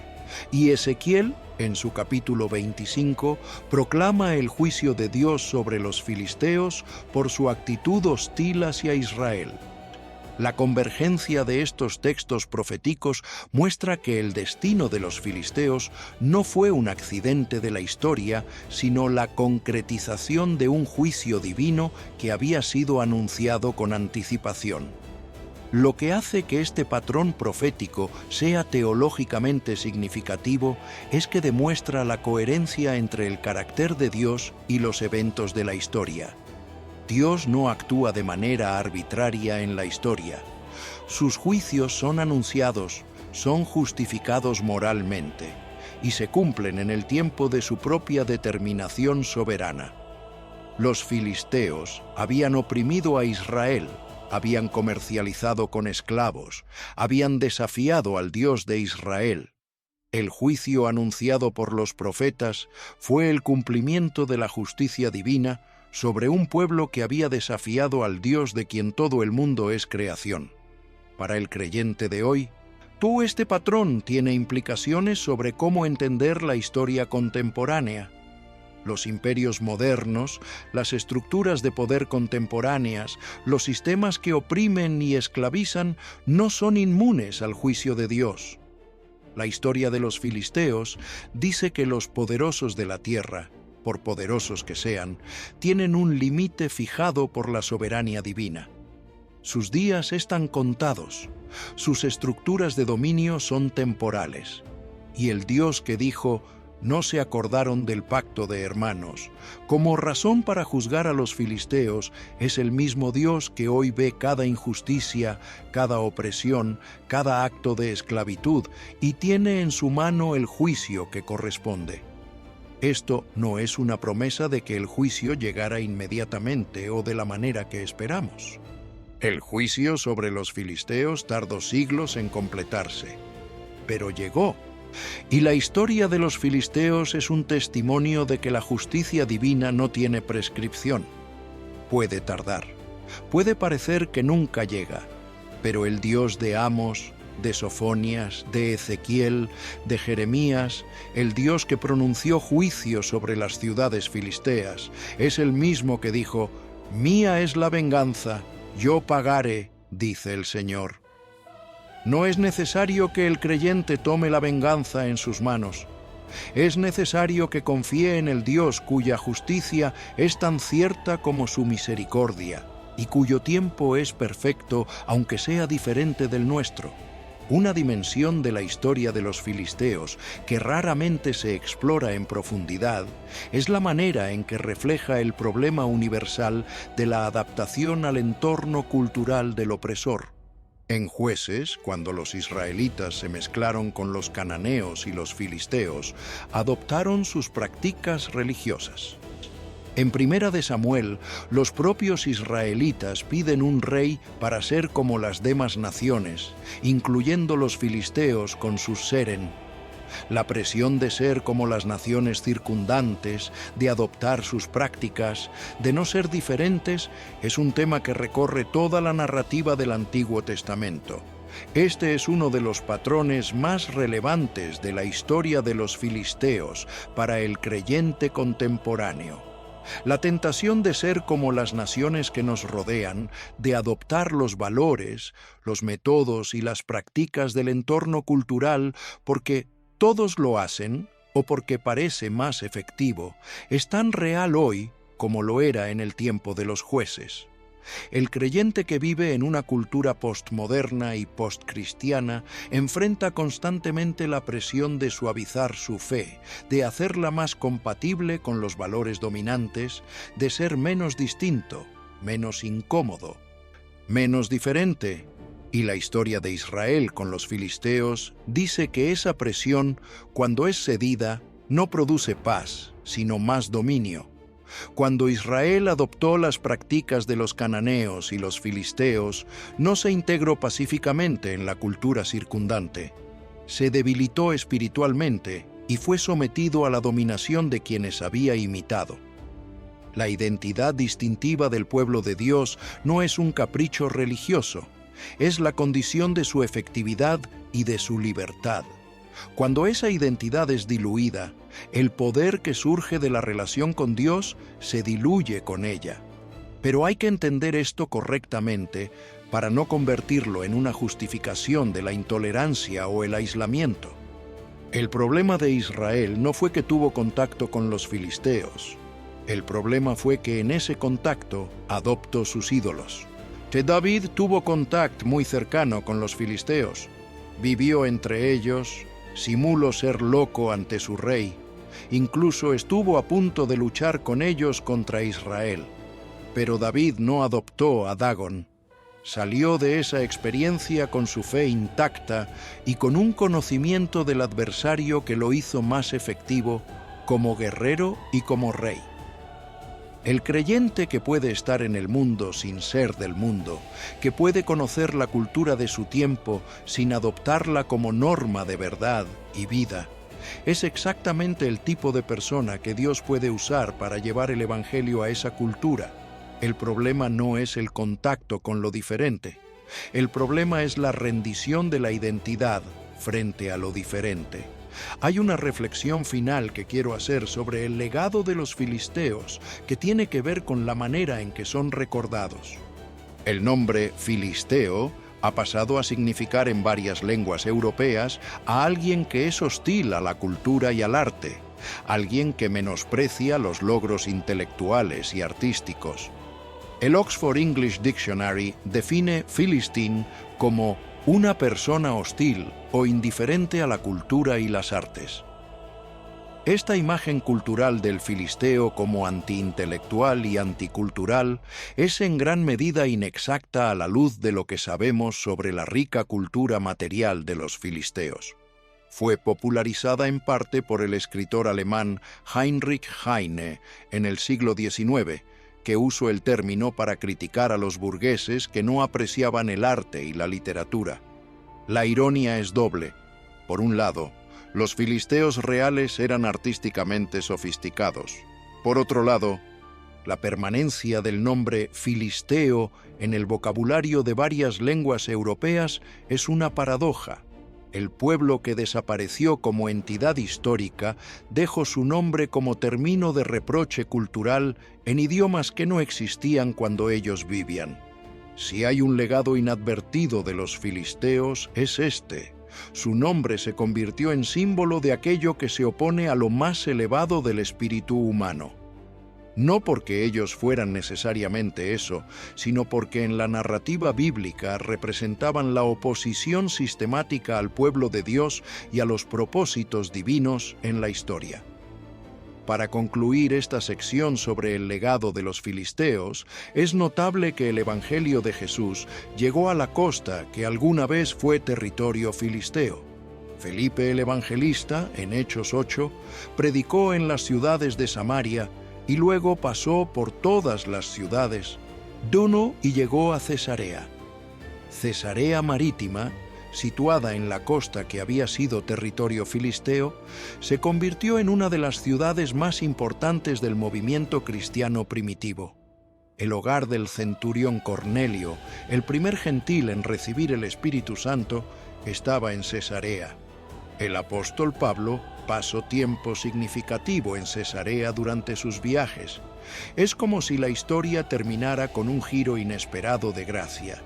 El territorio donde los adoradores de Dagón habían mantenido su dominio durante siglos se convirtió en el terreno donde el Evangelio del Dios de Israel, cumplido en Jesús el Mesías, floreció entre los gentiles que antes habían sido enemigos de ese mismo Dios. La gracia de Dios no tiene fronteras geográficas ni étnicas. El mismo Dios que juzgó a los filisteos es el Dios que en Jesús extendió su amor a todos los pueblos, incluyendo los pueblos de la costa que alguna vez habían adorado a Dagón. Y esa es quizás la lección más sorprendente de toda la historia de los filisteos. El mismo Dios que los juzgó en la historia es el Dios que en Jesús los invitó a la salvación. Pensemos ahora en algo que raramente se menciona en las discusiones sobre los filisteos, su presencia en los evangelios. No directamente, porque para cuando Jesús caminó por la tierra de Israel, los filisteos habían desaparecido como pueblo hace siglos, pero de manera indirecta, porque los descendientes de las poblaciones mezcladas de la costa, los habitantes de la región que los romanos llamaban Siria-Palestina, estaban entre los que Jesús ministerio. Y hay un episodio evangélico que tiene una resonancia particular con la historia filistea. En Mateo 15, 21 a 28 y Marcos 7, 24 a 30, Jesús visita la región de Tiro y Sidón, fuera del territorio judío, y una mujer cananea lo busca pidiendo que sane a su hija endemoniada. Jesús inicialmente parece ignorarla y luego responde con una frase que suena dura fuera de contexto. «No está bien tomar el pan de los hijos y echarlo a los perros». La mujer, lejos de ofenderse, responde: «Sí, Señor, pero también los perros comen de las migajas que caen de la mesa de sus amos». Y Jesús le dice: «Oh mujer, grande es tu fe, hágase contigo como quieres». Y su hija fue sanada desde esa hora. Esta mujer cananea, que vive en la región costera que había sido territorio de Fenicia y que bordea el antiguo territorio filisteo, exhibe exactamente la fe que los israelitas frecuentemente no mostraban, la fe que persiste ante el aparente rechazo, que no se ofende con lo que no puede comprender completamente, que confía en la bondad del que pide incluso cuando las palabras iniciales no suenan bondadosas. Y Jesús honra esa fe. El pan del reino, que originalmente fue ofrecido a Israel, es extendido a esta mujer de las naciones. La historia de los filisteos, desde su perspectiva de conflicto y juicio, culmina en la historia del Evangelio con una nota de gracia que ningún filisteo del tiempo de Goliat podría haber imaginado.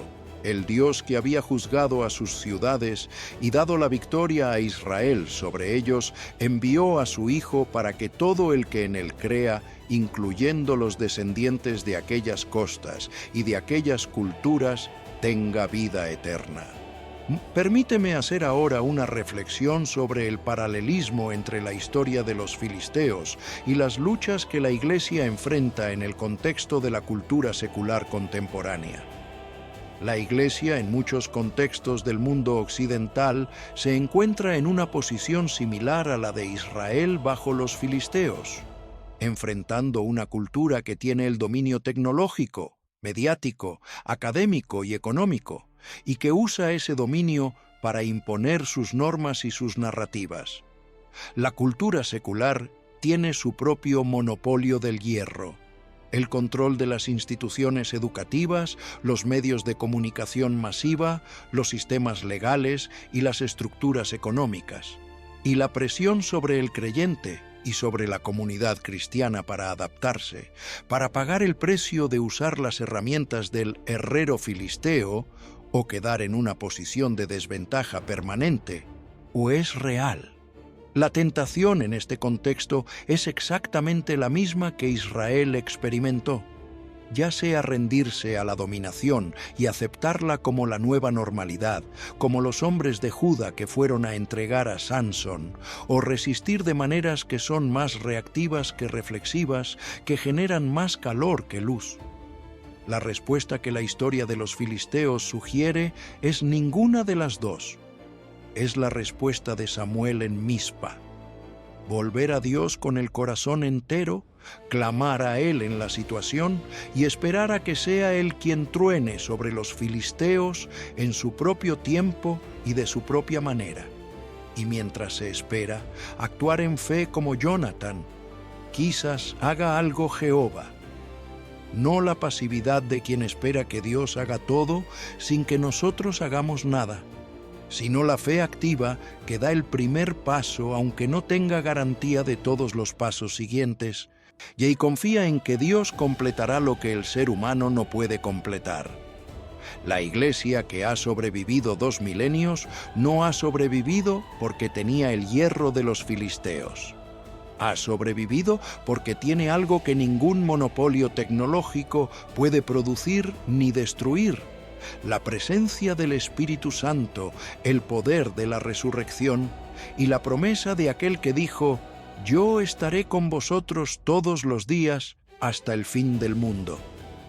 Esa presencia y ese poder han sido suficientes en el anfiteatro romano, en las catacumbas, durante las persecuciones del imperio, durante los siglos oscuros, durante las guerras y las pestes y los cismas y las revoluciones, y siguen siendo suficientes hoy. La historia de los filisteos termina, como toda historia que involucra la soberanía de Dios, con la nota de que los que confían en el no serán avergonzados. No porque la vida de fe esté exenta de dificultades, derrotas y momentos en que el Goliat parece ganar, sino porque el Dios que peleó por Israel cuando Israel confiaba en él, el Dios que tronó con gran estruendo sobre el campamento filisteo en Mizpa, el Dios que usó a un pastor con una honda para derrotar al guerrero más temible de la época, ese Dios no ha cambiado. Su promesa sigue siendo la misma. Esforzaos y cobrad ánimo. No temáis, ni os amedrentéis ante ellos, porque Jehová tu Dios es el que va contigo. No te dejará, ni te desamparará. Esas palabras las dijo Moisés al pueblo antes de que entraran a la tierra donde los filisteos los esperaban. Y son las mismas palabras que Jesús, el David definitivo que ha derrotado al adversario definitivo, pronuncia para todo el que enfrenta sus propios filisteos. No temas, yo estoy con vosotros. Necesitamos ahora hablar de uno de los aspectos de la narrativa filistea que los lectores superficiales pasan por alto: la historia de la pelicual entre Sansón y Dalila desde el punto de vista filisteo. Porque aunque Dalila sea descrita en la narrativa como traidora a Sansón, desde la perspectiva filistea, ella era una patriota que arriesgó su vida para conseguir información de inteligencia sobre el enemigo más temible que había conocido su pueblo. El texto de Jueces 16 dice que los seren filisteos le prometieron a Dalila 11 cientos de monedas de plata cada uno, lo que significa 4.400 monedas de plata en total, una suma enorme para la época para que descubriera el secreto de la fuerza de Sansón. 3 veces Dalila intentó obtener esa información. 3 veces Sansón la engañó. Y en cada ocasión, los filisteos estaban escondidos listos para atacar cuando Dalila gritara la señal. 3 intentos fallidos, y sin embargo Dalila siguió presionando. La persistencia de Dalila desde la perspectiva de Sansón debería haberle dicho todo lo que necesitaba saber. 3 intentos, 3 fracasos, y la pregunta de ella sigue siendo la misma. ¿Cómo dices que me amas cuando tu corazón no está conmigo? Esto no era amor, era manipulación sistemática. Y Sansón, que había derrotado físicamente a miles de filisteos, fue incapaz de resistir la manipulación emocional de una mujer que usaba sus propios sentimientos contra él. Aquí hay una lección sobre las vulnerabilidades que incluso los creyentes más dotados pueden tener. Los dones de Dios que operan en la dimensión pública, la fuerza, el coraje, la capacidad de liderazgo, no garantizan automáticamente la sabiduría en las relaciones íntimas. Sansón podía matar leones y derribar muros. No podía ver la manipulación cuando venía envuelta en palabras de amor. Este es un patrón que se repite en la historia de personas dotadas. La grandeza pública que coexiste con la vulnerabilidad privada. La aplicación práctica es clara. Los dones no reemplazan la necesidad de discernimiento en las relaciones. La fortaleza en un área no garantiza la fortaleza en todas las áreas. Y el creyente que reconoce sus propias vulnerabilidades específicas, que sabe dónde es más susceptible a la manipulación o al engaño, tiene una ventaja sobre quien cree que sus dones lo hacen invulnerable en todos los frentes. Volvamos ahora a la dimensión teológica más amplia de la historia de los filisteos y lo que nos dice sobre el carácter de Dios. La pregunta que muchos lectores hacen es: si Dios es soberano, Y si Israel era su pueblo, porque Dios no simplemente eliminó a los filisteos antes de que pudieran causar tanto daño? ¿Por qué permitir 200 años de dominación, la captura del arca, las guerras de Saúl, la muerte de Jonathan? La respuesta que emerge de la narrativa bíblica no es una sola respuesta, sino varias que se complementan. La primera es que Dios usa el sufrimiento y la opresión como instrumentos de formación.